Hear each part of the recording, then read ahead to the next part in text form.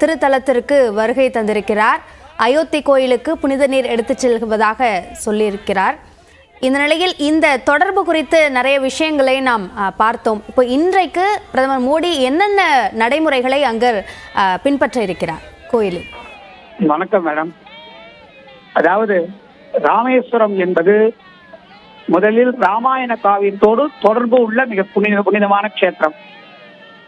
நம்ம ராமர் லங்கையில் ராவணனை வதம் செய்து அந்த பாப நிவர்த்திக்காக ராமேஸ்வரம் வந்து சிவலிங்க பிரதிஷ்டை செய்யப்பட்ட இடம். ராவணன் என்பவர் சிவ பூஜையில் மிகப்பெரிய ஒரு புனிதமானவர். அப்படி புனிதமானவரை ராமர் வதம் பண்ணியதால் அவருக்கு பிரம்மஹத்தி தோஷம் வந்து விடுகிறது.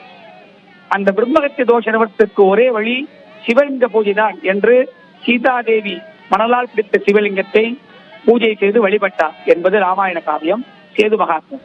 இப்படிப்பட்ட புனிதம் வாய்ந்த ராமேஸ்வரத்தில் உள்ள ராமநாத சுவாமியை வழிபடுவதற்கு பல ஊரிலிருந்து வந்து சென்று கொண்டிருக்கிறார்கள். இப்பொழுது நமது பாரத பிரதமர் ராமேஸ்வரம் வந்து இந்த புனித தீர்த்தங்களில் நீராடி புனித தீர்த்தத்தை எடுத்து செல்வதற்கான முக்கியமான காரணம் என்னவென்றால், ராமேஸ்வரத்தில் உள்ள புனித தீர்த்தங்களில் முக்கியமான தீர்த்தமான கோடி தீர்த்தம் என்பது ராமநாத சுவாமிக்கு யாரால் பிரதிஷ்டை செய்யப்பட்டது? திரு ராமச்சந்திரமூர்த்தியால் பிரதிஷ்டை செய்யப்பட்ட அந்த சிவலிங்கத்திற்கு தினமும் 6 கால பூஜைக்கு அந்த கோடி தீர்த்தம் என்ற புனித தீர்த்தமே அபிஷேகம் செய்யப்படுகிறது. இப்படி அபிஷேகம் செய்யப்படுகின்ற புனிதமான தீர்த்தத்தை எடுத்துக்கொண்டு போய் ராமேஸ்வரத்தில் இருந்து காசி சென்று திருப்பி ராமேஸ்வரம் வர வேண்டும் என்ற நம்மளுடைய காசி யாத்திரை என்கிற ஒரு மிகப்பெரிய ஒரு புராண கால விஷயத்தை நாம் செய்து கொண்டிருக்கிறோம். அதன்படி இங்கிருந்து இந்த புனித தீர்த்தத்தை கொண்டு சென்று அயோத்தியை எந்த ராவணனை வதம் செய்து சிவதோஷ நிவர்த்திக்காக ராமேஸ்வரத்தில் வழிபட்டு பூஜை செய்தாரோ அந்த ராமருக்கே இந்த கோடி தீர்த்தம் எடுத்து கொண்டு செல்வது, அபிஷேகம் செய்வது மிகப்பெரிய ஒரு வரலாறு வாய்ந்த உண்மை. சேது மகாத்மத்தில் சொல்லியிருக்கக்கூடிய வாக்கியங்களுக்கு முக்கியமான வாக்கியமாக கருதப்படுகிறது. இப்படி புனிதமான ஒரு புண்ணியமான விஷயத்தை மோடி அவர்கள் தெரிந்து கொண்டு இங்கு வந்து இந்த அக்னி தீர்த்தத்தில் இப்பொழுது வழிபட்டு கோயிலுக்குள் சென்று கொண்டிருக்கிறார். நான் உங்களிடம் பேசும் பொழுது அப்படிப்பட்டு அங்கு சென்று வழிபட போகிறார் என்றால் அது அயோத்திக்கும் ராமருக்கும் ராமேஸ்வரத்துக்கும் உண்டான தொடர்பு சிவலிங்க பூஜை என்று நாம் எல்லாம் படித்திருக்கிறோம், கேட்டிருக்கிறோம். அந்த அவருடைய பாதம் பட்ட இந்த ராமேஸ்வரத்தில் உள்ள புனிதமான தீர்த்தமான கோடி தீர்த்தத்தை எடுத்துக்கொண்டு ராமருக்கே அபிஷேகம் என்பது சால சிறந்தது.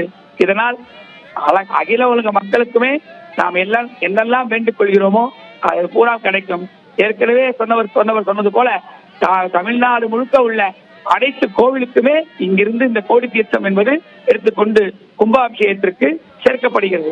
அதெல்லாம் விட முக்கியமான விஷயம், ராமர் வழிபட்ட சிவலிங்கத்துக்கு அபிஷேகம் செய்யக்கூடிய தீர்த்தத்தை எடுத்து செல்கிறார் என்பது மிக முக்கியமான ஒரு ஐதீகமாக என்று நான் கருதுகிறேன்.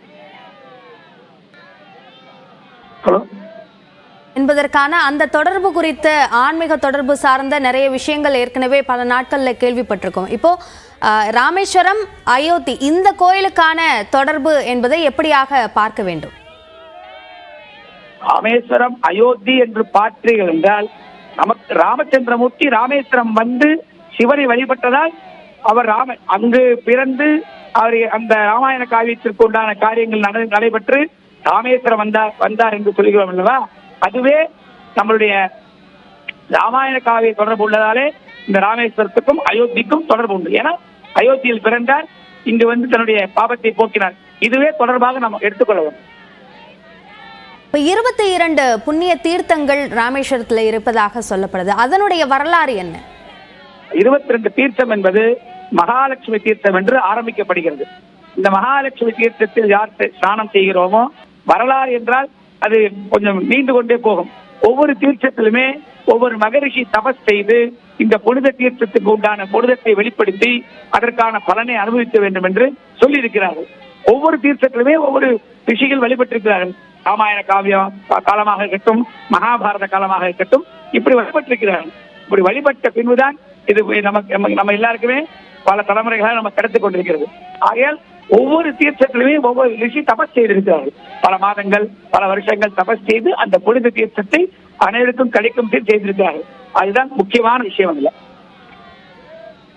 இப்போ இந்த நீராடலுக்கு பிறகாக அயோத்தி கோயிலுக்கு அந்த புனித நீர் எடுத்துச் செல்லப்படுவது என்பதற்கான அந்த காரணம் குறித்த பல தகவல்களை எங்களோடு பகிர்ந்து கொண்டீர்கள். நன்றி திரு சுந்தரவாதியார். நன்றிமா.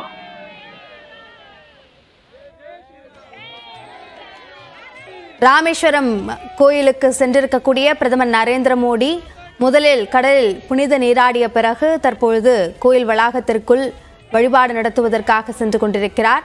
அந்த காட்சிகளை நாம் பார்க்கிறோம். ராமேஸ்வரத்தில் பிரார்த்தனை செய்த பிறகு அக்னி தீர்த்த கடலில் புனித நீரை எடுத்துக்கொண்டு அயோத்திக்கு கொண்டு சேர்க்க இருக்கிறார் பிரதமர் நரேந்திர மோடி. அதற்காகத்தான் தற்பொழுது ராமேஸ்வரத்திற்கு வந்திருக்கிறார். ராமகிருஷ்ண மடத்தில் தங்கியிருந்தவர் அதற்கு பிறகாக நேரடியாக கோயிலுக்கு வந்து அங்கு முதலில் அக்னி தீர்த்த கடலில் புனித நீராடினார். அதற்கு பிறகாக ராமநாதசாமியை வழிபாடு செய்வதற்காக தற்போது கோயில் வளாகத்திற்குள் சென்றிருக்கிறார். இதனால் காலை 8 மணி முதல் பொதுமக்களுடைய அந்த பொது தரிசனத்திற்கு தடை விதிக்கப்பட்டிருக்கிறது. பிரதமர் வருகையொட்டி பாதுகாப்பு காரணமாக அங்கு 5 அடுக்கு போலீஸ் பாதுகாப்பு வழங்கப்பட்டிருக்கிறது. பல பாதுகாப்பு ஏற்பாடுகளிடையே தற்போது பிரதமர் நரேந்திர மோடி கோயில் வளாகத்திற்குள் வழிபாடு நடத்துவதற்காக சென்றிருக்கிறார். அந்த காட்சிகளையும் நாம் பார்க்கிறோம்.